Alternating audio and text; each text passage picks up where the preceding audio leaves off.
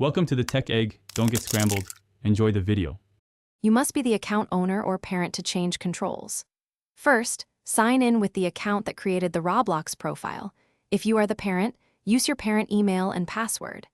Make sure you have the 4-digit parental PIN or access to the parent email to request a reset. Once signed in, navigate immediately to Settings. There is no point pausing. Gather these credentials and keep the device online for verification steps coming next. You'll find the controls under Settings, then Privacy or Security depending on platform.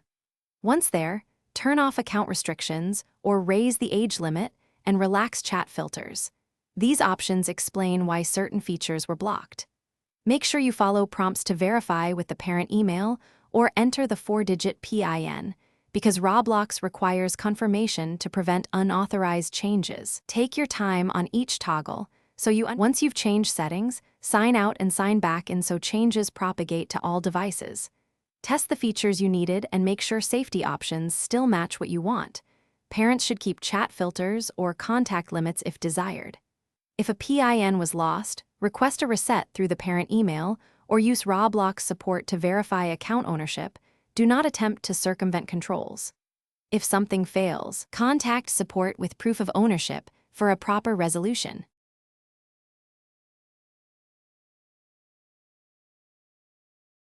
Thanks for watching. Consider subscribing if I helped unscramble your problems.